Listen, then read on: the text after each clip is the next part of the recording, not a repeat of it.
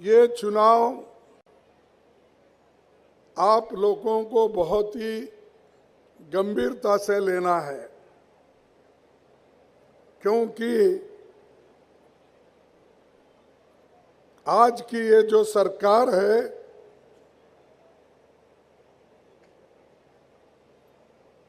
ये सरकार कैसी बनी आपको मालूम है। ये सरकार बनी 50 खोके सब कुछ ओके, ऐसी सरकार है। इसको हटाना होगा, इसको मिटाना होगा और तुमको सत्ते पे आना होगा। साथियों, ये तो प्रचार का आखिरी दिन है और परसों 20 तारीख को चुनाव होने जा रहा है। इसीलिए आप सब लोग अपना काम छोड़ के पहला वोटिंग करके आपके बाकी के काम करना चाहिए, क्योंकि ये आपके हक का प्रश्न है। अगर आपके हक सुरक्षित है लोकतंत्र में, आप सुरक्षित हो। अगर लोकतंत्र में आप अपना मतदान नहीं करेंगे, जिस पार्टी को आप चाहते हैं, जो पार्टी कांग्रेस हमेशा आपके साथ काम करते हुए आई है और आज यहां पर हम महाविकास आघाड़ी से सब लोग मिलकर लड़ रहे हैं। किनके खिलाफ लड़ रहे हैं? जो लोग, जिन लोगों को मोदी जी ने चोरी से उठा लेके गया अपने दोस्तों को लगाकर, उन चोरों के खिलाफ आप लड़ रहे हैं। अगर आप इसमें कुछ कमी की तो समझिए आपका स्वाभिमान धोखे में है। अगर आप स्वाभिमान रखना चाहते हो, महाराष्ट्र के गरिमा को आगे बढ़ाना चाहते हो, देश में जो महाराष्ट्र का नाम है और बहुत से गरीब देश के ये समझते हैं कि अगर मुंबई जाएंगे या पालघर जाएंगे तो कभी हम उपवास नहीं मरेंगे, कुछ ना कुछ काम मिलेगा बंबई में और महाराष्ट्र में। इस आशा के साथ लाखों लोग यहां पर आते हैं और देश की संपत्ति को बढ़ाने का काम भी यहां के लोग करते हैं। और देश के संपत्ति बढ़ाने में सबसे अगर बड़ा हाथ किनका है तो गरीब लोगों का है, मजदूरों का है, छोटे मोटे व्यापारियों का है, ना कि अदानी और अंबानी का है। ये लोग तो सिर्फ पैसे कमाते हैं, वो भी पैसा हमारा। जो बैंक में आप लोग पैसे डालते हैं, जो मेहनत करते हैं, उसी बैंक में से मोदी जी अपने दोस्तों को कर्जा दिलाते हैं और वो कर्जा लेकर हम लोगों की प्रॉपर्टी खरीदते रहते हैं। अब आपको मालूम है धारावी में क्या हो रहा है। 1 लाख की जमीन सरकार अदानी को दे रही। गरीबों की जमीन, वहां छोटे मोटे व्यापारी है, इंडस्ट्रीज है, ऐसी जमीन आज मोदी साहब और ये जो यहाँ की सरकार है मिल के दे रहे हैं। यहां तक कि उन्होंने कोई कानून लागू करके या टेंडर अच्छे तरीके से करके अदानी को नहीं दिए, क्योंकि मोदी जी का कहना है मेरे 2 दोस्त अगर खुश हैं तो सब ठीक है, ये समझते हैं। अरे भाई, तुम्हारे 2 दोस्तों को खुश करने के लिए देश के गरीब लोगों को बर्बाद करना चाहते हैं हम। यहां पर तो बड़े बड़े कारखाने जवाहरलाल नेहरू जी के टाइम पे बने, टाटाओं ने अच्छे खासे कारखाने बनाए, कभी उन्होंने बदनामी नहीं ली। अब मोदी जी के जमाने में सब तरफ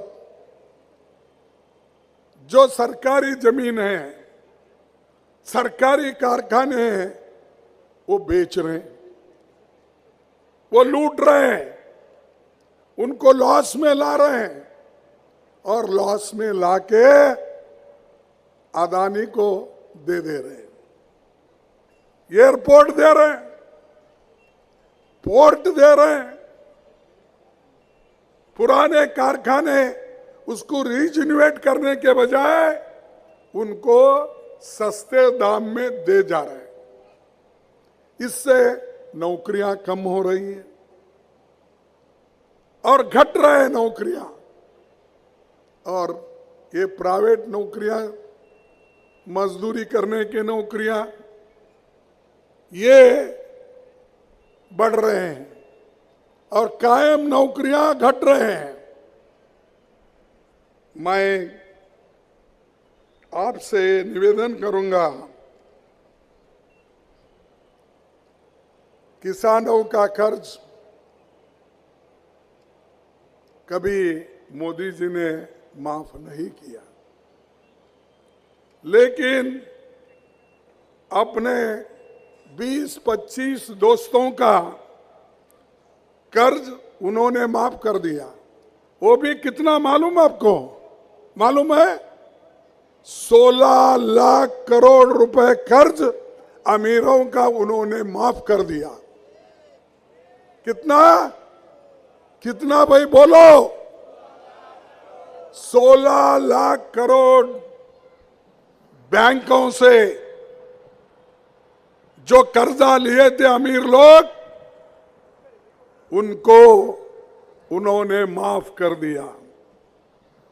और गरीब किसान मजदूर अगर लोन लेता है, उसी के लिए उसको उसका खेत ऑक्शन करते हैं, घर ऑक्शन करते हैं, कार ऑक्शन करते हैं, ऑटो रिक्शा ऑक्शन करते हैं। अरे ये गरीबों के लिए आप करते हो, उस अमीर को 16 लाख का फायदा करके देते हो, आपको शर्म आना चाहिए।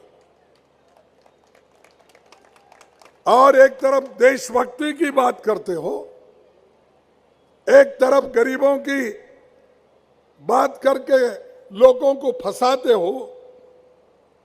क्या बोलते हैं? सबका साथ, सबका विकास।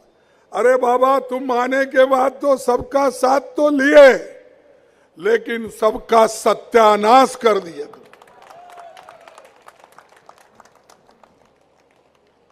लोगों को बोले 15 लाख नौकरी दिए, 15 लाख नौकरी है, 2 करोड़ नौकरी।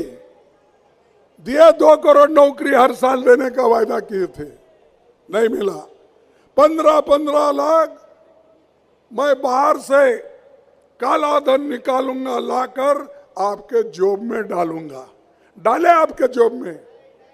नहीं भाई, आपको आया होगा क्योंकि बॉम्बे के लोगों को डरता है। वो दिया होगा ना? नहीं दिया, वो भी झूठ। अब किसानों को बोला तुम्हारी आमदनी मैं दुप्पट कर दूंगा, कर दिया आपकी आमदनी दुप्पट। मैं महिलाओं को सुरक्षित रखूंगा। सुरक्षित है महिलाएं? यहां तक कहा मेरे बहनों, मेरे माताओं जो देहातों में रहते हैं, जब वो चूल्हों के सामने बैठते हैं, जब वो लकड़ी जलाकर उसको क्या बोलते हैं, एक उपला जब लगाते हैं, 2 धुआं निकलता है। जब उनके आंख में जाता है तो पानी आती है, वो देख के मैं हैरान हुआ। इसीलिए आप लोगों को फ्री सिलेंडर करूंगा। मेरे माताओं को है सिलेंडर, वो फ्री कहां है? अरे वोट लेने के लिए सब कुछ बोलते हो, और इसीलिए मैं बोलता हूं हमेशा मोदी साहब को, सिर्फ आपके सामने ही नहीं बोलता हूं, मैं हिम्मत के साथ पार्लियामेंट में ये बात रखता हूं, रखा हूं, आगे भी रखूंगा। कितना झूठ बोलेंगे? 1 बार, 2 बार, 3 बार, तुम्हारे झूठी झूठ। उसीलिए मैं उनका नाम रखा हूं झूठों के सरदार। हमारे झूठों के सरदार पूरी दुनिया घूमते हैं। कल नाइजीरिया गए थे, और जगह जाते हैं, किसी को गला मिलते हैं, किसी को झूले पे बिठाकर बात करते हैं, लेकिन यहाँ के गरीबों की समस्या सुनने के लिए उनके पास टाइम नहीं है। मणिपुर में दंगे हो रहे हैं, महिलाओं को रेप किया जा रहा है, घर जलाए जा रहे हैं, वहां पर बंदूकों से एक दूसरे को मार रहे। मैं पूछता हूं मोदी साहब, आपको नाइजीरिया जाने के लिए टाइम है, आपको अमेरिका जाने के लिए टाइम है, आपको सारे देश फिरने के लिए टाइम है। 1.5 साल से दंगे मणिपुर में हो रहे, वहां क्यों नहीं जा रहे? आपको फुर्सत नहीं? अरे वहां से तो राहुल गांधी मणिपुर से महाराष्ट्र तक पैदल आए, हाइब्रिड। ऐसा तो कन्याकुमारी से कश्मीर तक वो पैदल चले, और मणिपुर से यहां तक हाइब्रिड, भारत जोड़ा के, यानी आधा चलना, कहीं फिर बस में बैठना, ऐसा करके उन्होंने सारा हिंदुस्तान घूमा। आपके पास मणिपुर जाने के लिए समय नहीं। वो शाह आए थे इलेक्शन प्रचार के लिए, इतना फिरे मोदी जी और उन्होंने मिलके, लेकिन एक दिन भी मणिपुर की बात नहीं किए। वहां महिलाओं का रेप हो रहा तो भी उधर देखे नहीं। और जब लोग टीका करने शुरू किए, जब लोग बोलने के लिए शुरू किए, तब कल अमित शाह ने भागकर दिल्ली में किया, मणिपुर में नहीं, दिल्ली में जाकर मीटिंग की। अरे वो मीटिंग यहां भी कर सकते थे, इससे पहले भी कर सकते थे।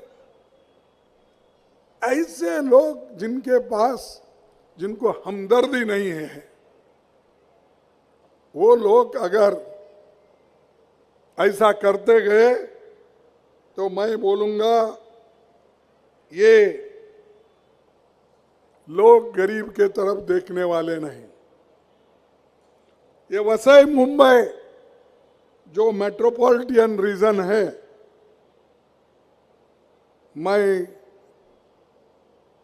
मुझे कोई समझा है कि यहां पर 40,000 यूनिट इंडस्ट्रीज के हैं और इस इलाके में सभी लोग, सिख, ईसाई, हिंदू, बौद्ध, जैन, पारसी, दलित सभी मिलके रहते हैं। मिलके रहने वालों को मोदी बोलते हैं एक है तो सेफ है बोलते। अरे भाई, सारा हिंदुस्तान एक है, सिर्फ तुम्हारे को छोड़ के। मोदी को और वो योगी एक आए बीच में, किधर से टपका मालूम नहीं, वो खुद के पास वहां पर बच्चे मर रहे, हॉस्पिटल में जल रहे, उनकी चिंता उनको नहीं है। वोट के चिंता के लिए यहां आकर बोल रहे बटेंगे तो कटेंगे। कौन बांट रहा भाई? किसको काट रहे आप? बांटने वाले भी आप ही है। आरएसएस, बीजेपी और योगी जैसे लोग, ये काटने वाले भी वही है। हम देश के लिए एकता चाहते हैं। हमारी इंदिरा गांधी जी देश को एक रखने के लिए अपनी कुर्बानी दी, मालूम है ना? नहीं? अरे मुंह से तो बोलो भाई, जिसकी जान गई देश के लिए। सांगा तोंडातून जरा येऊ द्या, ज्यांनी तुमच्यासाठी, ह्या देशाच्या ऐक्यतेसाठी आपला जीव दिला, त्यांचं नाव सुद्धा तुमच्या तोंडातून येत नाही। राजीव गांधी हे देशाच्या ऐक्यतेसाठी त्यांनी प्राण दिलं। त्याचं असं देशासाठी प्राण देणारे लोक काँग्रेसचे आहेत आणि आम्ही करून दाखवलेलं आहे। आणि हे येतात बाबा आजकालचे, येऊन सांगतात कटेंगे या क्या बटेंगे तो कटेंगे। अब ये स्लोगन सुन सुन के हमारे को पहले से भेज, एक रखने के लिए तो हम लोग काम कर रहे हैं। राहुल गांधी भी एक रखने के लिए ही भारत जोड़ो यात्रा निकाले। तुम क्या करते हो? तुम्हारी यात्रा सबको अलग करने की है, हमारी यात्रा जोड़ने की है, तुम्हारी यात्रा तोड़ने की है। तो इसीलिए मी सांगतो तुम्हाला, जे पक्ष, जी आघाडी तुम्हाला मदत करते, तुमच्याबद्दल तुमच्या स्वाभिमानाला धक्का लावू नये कुणीही म्हणून जे लोक झगडतात, त्या लोकांना तुम्ही मतदान, त्यांना तुम्ही मतदान करावं, हे तुम्हाला मी विनंती करतोय। कराल ना? अरे कराल तर हाथ उठवा। अब ये पेपर वालों को तो मैं बोल नहीं सकता क्योंकि उनकी चॉइस है। तो तुम्ही हात उठून मला जे वचन दिलात ते खरं आहे ना? ते राहील ना 20 तारखेपर्यंत? तुम्हाला धन्यवाद देतो। हे जे तुम्ही 20 तारखेला करणार आहात ते तुम्ही करून दाखवाल असं मी तुम्हाला विनंती करतो। अहो, मुंबईला येणारे किंवा इकडं आपल्या वसायला येणारे ह्या भागात किंवा अनेक मुंबईच्या भागात जे इन्व्हेस्टमेंट येणार होतं ते मोदींनी खाल्लं, आपल्याकडे घेऊन गेलं आणि इथल्या लोकांना बेकार केले. इथल्या लोकांना, युवकांना 5 लाख नोकऱ्या मिळाले असते. ते इन्व्हेस्टमेंट जे आहे ते जर इथं राहिलं असतं तर तुम्हाला 5 लाख नोकऱ्या मुंबईकरांना, महाराष्ट्राला मिळाले असते. हे कोण घेऊन गेलं? हे मोदींनी घेऊन गेला. आणि मोदी सांगतोय सगळ्या देशाचं मी विस्तार करणार आहे, उद्धार करणार आहे. काय हेच काय उद्धार? आणि म्हटलं त्यावेळेला मी अहमदाबादहून मुंबईला एक ट्रेन आणणार. कोणतं ट्रेन म्हणलं त्याने? Bullet train. मी बुलेट ट्रेन आणणार. केवळ 3 वर्ष मला टाइम द्या म्हणला. आता किती वर्ष झाले? 11 वर्ष चाललंय. हो, कुठं आहे तुमचं बुलेट ट्रेन? पडला तुमचा पूल. आणि मोदी अजून सगळ्यांना सांगतच फिरतोय. ते काय की मोदी कशाला हात लावतोय ते पडून जाते. त्यांनी हात लावलं शिवाजीच्या पुतळ्याला, उद्घाटन केलं, घरी निघाला, ते दुसऱ्या दिवशी पडलं. पडलं की नाही? मग एक तोंडात काय तुम्हाला आवाज नाही? पडलं की नाही? आणि दुसरं, अयोध्याचा एवढा प्रचार केला. तुम्हाला विचारतो, सगळीकडे हे भ्रम त्यांनी ठेवलं, लोकांच्या डोक्यात घातलं. अयोध्या मैं बांधूंगा, मैं करूंगा, सगळं मैच त्याचं, मी मी मी. आणि तिथं त्याचं उद्घाटन केला. 3 महिन्यातच ते टपकू लागले. अयोध्याचं मंदिर, राम मंदिर टपकू लागले. पार्लियामेंट, बढ़िया पार्लियामेंट बनाऊंगा.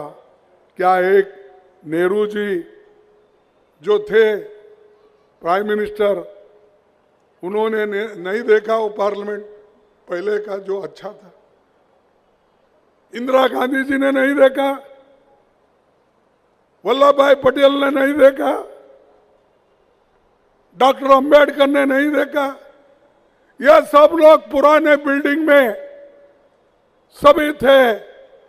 कहीं टपका भी नहीं, कहीं फटा भी नहीं, कहीं घटा भी नहीं. ये महादेव अच्छा मैं बनाऊंगा बोल के बनाए, वो भी टपक रहा है. मंदिर टपक रहा है. बुलेट का वो पुल गिर रहा है. अहमदानगर में एक मुरब्बा क्या है, मुरबी ना, वो एक पुल इन्होंने उद्घाटन, वो भी गिर गया. सप्तऋषि उज्जैन में इन्होंने 7 ऋषियों के पुतले एक जगह लगाकर उनका उद्घाटन किया. नेक्स्ट 3 महीने में वो हवा से सब उड़ गए. अरे ऐसा तुम लोगों के भावना से क्यों खेलते हो? अगर तुम्हारे को उद्घाटन करना है, 100 टेप लगाओ एक ही जगह, काटते जाओ कैंची से. उसके बजाय गड़बड़ी में उद्घाटन करना, तुम जाते वो पीछे गिरते हैं. उसके बाद ऐसे बहुत से करतूत उनके हैं. जल्दी में करना, नाम होना, बोर्ड लिखवाना, ये काम मोदी हमेशा करते हैं. इसीलिए देश को इतना बर्बाद किए, पैसे इतने चले गए हमारे, ना क्वालिटी का वर्क हुआ, ना लोगों को उससे फायदा हुआ. हे मोदीजींचं काम आहे. आणि मोदीजींचं आणखीन एक काम आहे. काय, जे पहिले सरकारने केलं होतं, नेहरूजीने जे केलं होतं, इंदिराजीने जे केलं होतं, त्याला सगळं विकून टाकायचं, कारण त्यांचं नाव राहू नये. अहो, एअरपोर्ट बेचता तुम्ही, public sector, HMT, HAL, BEL, BHEL असले मोठे मोठे कारखाने देशात आले. कुणामुळे आले? नेहरूमुळे आले. त्यावेळेला यांना जन्मला सुद्धा नव्हता. तुम्ही काही केलं नाही, केलेलं सगळं वाटून टाकून तुम्ही जर त्यांचं नाव काढून टाकायचं असं ठरलं तर देशाचे लोक हे होऊ देणार नाही. जसं तुम्हाला पार्लमेंट मध्ये लोकांनी धडा शिकवला, तसाच धडा महाराष्ट्रामध्ये आघाडीचे लोक दाखवतील. आता मोदीचं सरकार स्वतःच्या बळावर सरकार नाही त्यांची. त्यांची सरकार काय, आता संमिश्र सरकार आहे. एक पाय तो आता लंगडा झालाय. माझ्यासारखा म्हातारा माणूस, मी आता 83 वर्ष झाले, तरी पण माझे पाय चांगले काम करतात. तुम्हाला उभारून सांगण्यावर त्यांनी काय केलं, आपलं सरकार चालवण्यासाठी एक पाय चंद्रबाबू नायडूचं लावून घेतलं, दुसरी पाय JDU काय आपलं नितीश कुमारचं लावून घेतलं. ते दोन्ही पाय लावून घेऊन आता असा खडा उभा आहे. अहो, ते दोन्ही पाय काढा, मोदी ढमार म्हणून कामी. ते शक्ती नाही, तुम्ही कमी केला ते पार्लमेंटच्या इलेक्शन मध्ये. तसंच तुम्हाला इथं बीजेपीला सपाट करायचं आहे. आणि बाकीचे लोक जे फोडून फोडून गेलेत शिवसेनातून आणि शरद पवारच्या गटातून, ते तर त्यांचे गुलाम झाले तिथं जाऊन. अरे, जे स्वातंत्र्य होते, इथं त्यांना इज्जत होती, तर हे सगळे जाऊन एक गद्दार लोग ये खोके लेके सब कुछ ओके बोल के उनके झोली में जाके पड़े हुए हैं.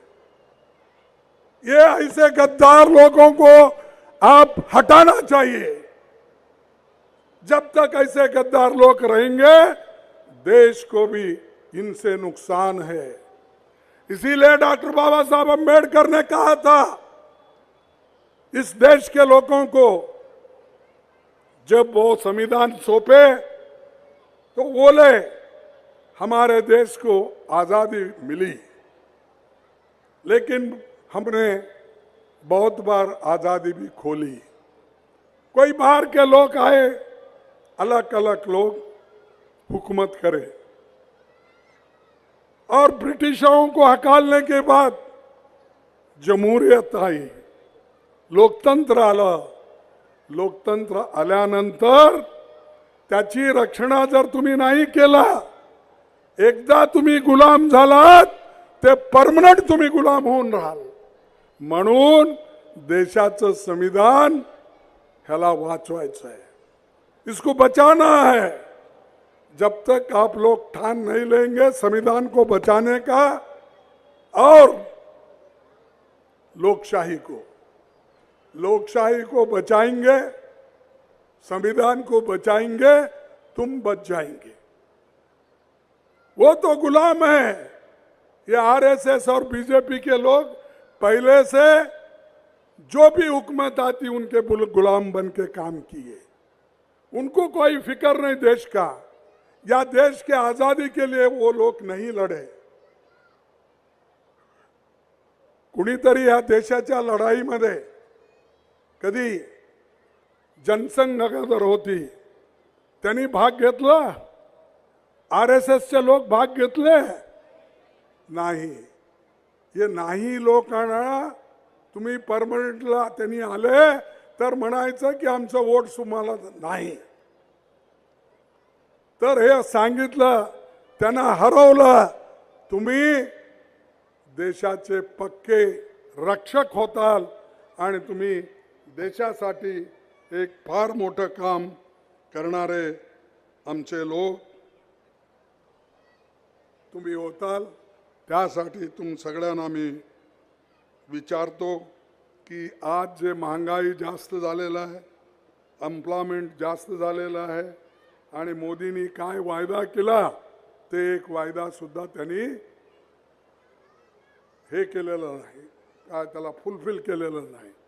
म्हणून मी तुम्हाला विनंती करतो, हे मोदी खोटं काम खोटं बोलतोय आणि खोटंही बोलतोय आणि रेटूनही बोलतोय, खोटं बोलतोय पण रेटून बोलतोय। अशा माणसाला तुम्ही त्याचं ऐकू नका। त्यांनी केवळ श्रीमंतासाठी आहे, गरिबासाठी नाही, हे तुम्हाला मी सांगतो।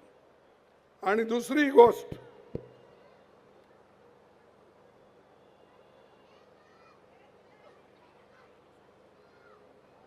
हे आम्ही काही गठबंधनचे सगळे मित्र मिळून आम्ही काही आश्वासन तुम्हाला दिलेलं आहे।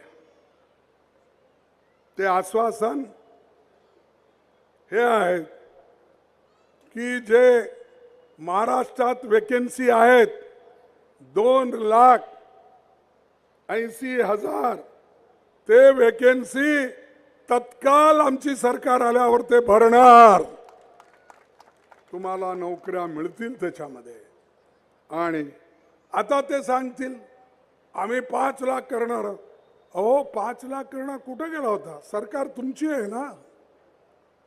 2.5 वर्षापासून तुम्ही खुटा मारून एक जागी बसला ना, मग काय केलं नाही? आम्हाला तुम्ही संधी द्या। डिसेंबर पासून रिक्रुटमेंटची प्रक्रिया सुरू होईल, युवकांना आम्ही नोकरी देऊ। त्याच्यानंतर हे नेहमी काही लोक आहेत तिथे त्यांचे चेले, फडणवीस वगैरे, हे ते एक बोलतात तर अजित एक बोलतोय, ते एक बोलतात तर तिसरा शिंदे एक बोलतात। ते काय बोलतात त्यांना सोडूत आपण, त्याच्यामध्ये त्या भानगडीमध्ये जाऊ नये। और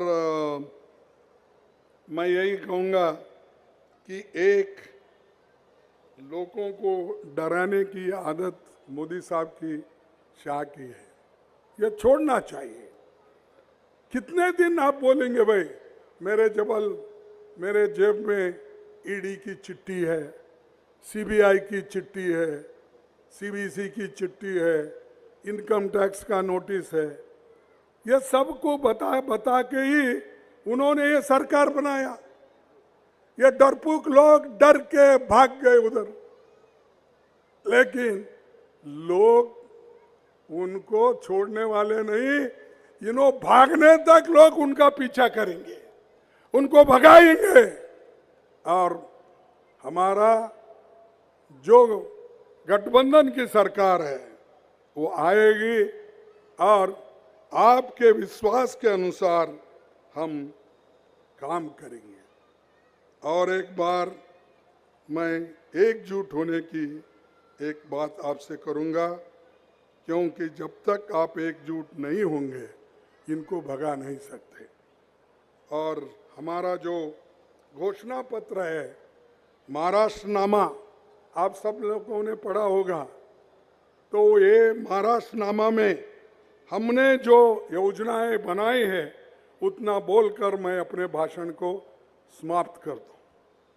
महालक्ष्मी योजना महिलाओं के बैंक खातों में सीधा 3,000 रुपये डाल जाएंगे. माझ्या आईनो तुम्ही जाऊ नका. 3,000 डिसेंबरात मिळणार आहे. डिसेंबर मध्ये तुम्हाला 3,000 रुपये मिळणार आहेत आणि तुमच्या खात्यात जमा होणार आहेत. आता 1,500 मध्ये तुम्ही फार प्रचार करू लागला त्याचा. अरे आमच्या कर्नाटकात आता आम्ही ऑलरेडी 2,000 रुपये देत आहोत. ते महाराष्ट्र मोठी स्टेट आहे, इन्कम जास्त आहे, बजेट चांगली आहे, तर हे लोक 3,000 रुपये ठरवलेलं आहे. ते आमच्या मातासाठी बहिणीसाठी 3,000 रुपये प्रत्येक महिन्याला आम्ही देऊ. कृषि समृद्धि किसानों का 3 लाख रुपए तक का कर्ज माफ. यहाँ किसान कम बैठे शायद. 3 लाख तक का कर्ज माफ. किसान लगातार समय पर कर्ज भरेंगे तो उनको 50,000 रुपए बोनस हम देंगे. तीसरा, युवकांना शब्द आम्ही देणार. बेरोजगार युवकों को 4,000 रुपये प्रति महीने की आर्थिक सहायता हम देंगे. 4,000 रुपये युवकों को होना है, देना चाहिए ना, तो हम 4,000 रुपये देंगे. कुटुंब रक्षण योजना, हर परिवार के लिए 50 लाख रुपए का स्वास्थ्य बीमा और उसके साथ फ्री दवाई मुहैया दिया जाएगा. ये हमारा वायदा है. और आखिरी वायदा, समतेची हमी, यानी जातिगत जनगणना कराएंगे और आरक्षण पर 50% का जो एक कंडीशन है, उस 50% को निकाल के हम 67%, 68% ज्यादा करके हम दिखाएंगे, क्योंकि सबको रिजर्वेशन मिले. और उसके अलावा ये बोलते थे ना कि माताएं के जब चूल्हे पे बैठती है तो उनको बहुत आंखों से पानी निकलता, ये निकलता, हमदर्दी बताते थे. तो इसीलिए आघाड़ी सरकार महिलाओं के लिए सालाना 6 गैस सिलेंडर, प्रति सिलेंडर का दाम 500 रुपये होगा. 6 सिलेंडर, 300 यूनिट तक की बिजली खपत वाले घरों को 100 यूनिट बिजली छूट दी जाएंगी. और तत्काल मैं अभी बोला 2,50,000 वैकेंसी जो खाली है, हम जल्द से जल्द भर के हमारे युवाओं को नौकरी दिलाएंगे. और एक 2 साल तक कॉरपोरेशन के इलेक्शन नहीं हुए, उनके चुनाव आज तक नहीं हुए. इसीलिए हम वसई विरार म्युनिसिपल कॉरपोरेशन जैसे म्युनिसिपल कॉरपोरेशन के चुनाव हम कराएंगे. लोकशाही के पद्धति के अनुसार चुनाव होगा. उसके बाद यमुवे, छत्रपति शिवाजी महाराज, शाहू महाराज, फुले, डॉक्टर बाबा साहब अंबेडकर, इनके विचारधारा पे हम चलेंगे. हम दूसरों का नहीं सुनेंगे. किसी लोग धर्म में झगड़ा लगाना चाहते हैं, उसमें हम उस झगड़े में नहीं जाना चाहते. हम जो देश का संविधान बोला है, उस संविधान के अनुसार ही चल के सबको मजबूत बनाएंगे. यही हमारा इरादा है। और नैतिकता से हम हुकूमत करेंगे और हमारी सरकार अच्छी रहेगी, ये करप्ट सरकार चले जाएगी। और आपसे मैं यही अपेक्षा करता हूं, 20 तारीख के दिन महाआघाड़ी के जितने भी कैंडिडेट है, कहाँ भी है, कोई भी है, किसी जात का भी हो, किसी धर्म का भी हो, उसको आप भारी बहुमत से चुन के लाना चाहिए। इसमें आपकी भलाई है, राज्य की भलाई है और देश की भलाई है। इस बात को आप याद रखेंगे। और मैं यही कहने आया था, आप बड़े शांत चित्त होकर सुने, इसलिए मैं आपको धन्यवाद देता हूं। और मैं एक आवाज देना चाहता हूं, क्योंकि आपने मोदी की आवाज सुनी अलग, योगी की सुनी अलग, हमारी आवाज ये है, मैं बोलूंगा आवाज दो, आप कहना चाहिए हम एक है। जय हिंद बोलूंगा, आपको भी जय हिंद बोलना पड़ेगा। आवाज दो। माता, आपको दिसंबर में 3000 मिलने वाले हैं, जरा जोर से बोलो, आवाज दो, आवाज दो।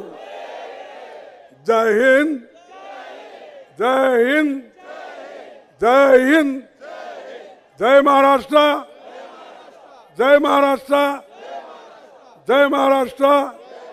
सभी को मेरा नमस्कार और सभी को मैं वंदन करके मेरे भाषण को समाप्त करता हूं। जय हिंद।